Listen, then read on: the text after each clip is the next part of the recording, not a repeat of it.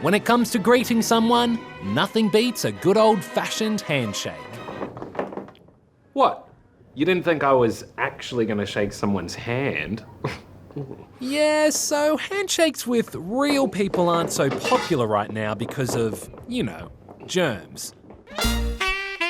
But until recently, the humble handshake was a staple of Western cultures. Whether it's a firm shake, an awkward shake, a secret shake, or an anything in between shake. So why do we like to hold the hands of sometimes complete strangers and shake them? Well, the history of handshakes is a long one. One of the earliest examples is this sculpture from 9th century BCE, depicting an Assyrian king grasping hands with a Babylonian ruler to seal an alliance. Fast forward to Greece in the 5th century BCE, and the shaking of one's hand was all the rage. Many think it was a way of showing that you didn't have any weapons and saying, "I come in peace." I'm so sorry. The epic poet Homer even mentions handshaking several times in his Iliad and Odyssey. During the Roman era, the handshake became more of an arm grab, to check if the other person was hiding a knife under their sleeve. What's that? Oh, a watch. Wait, what's a watch? The shaking part eventually came back in medieval Europe, again as a way of checking for any hidden weapons. I was holding it for a friend. Over the next few centuries, the handshake was replaced by a more formal tip of the hat or bow. Until the Quakers came along. The Quakers are a religious group that formed in England during the 17th century.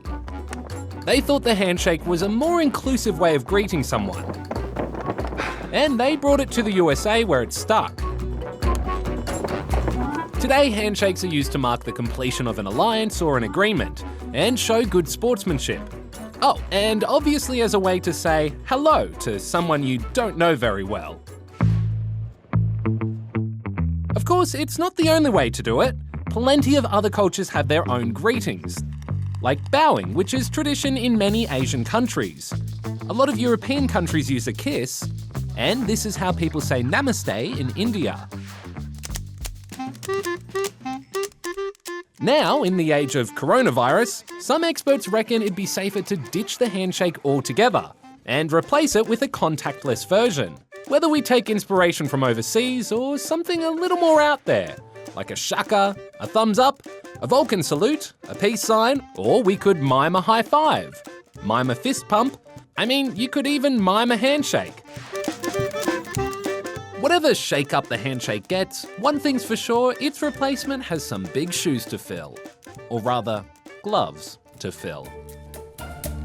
Well, I guess this is goodbye. Hey, don't look at me like that. I'll miss you too. And hey, if I ever need a mannequin to help explain the origins of handshaking again, you'll be the first one I call.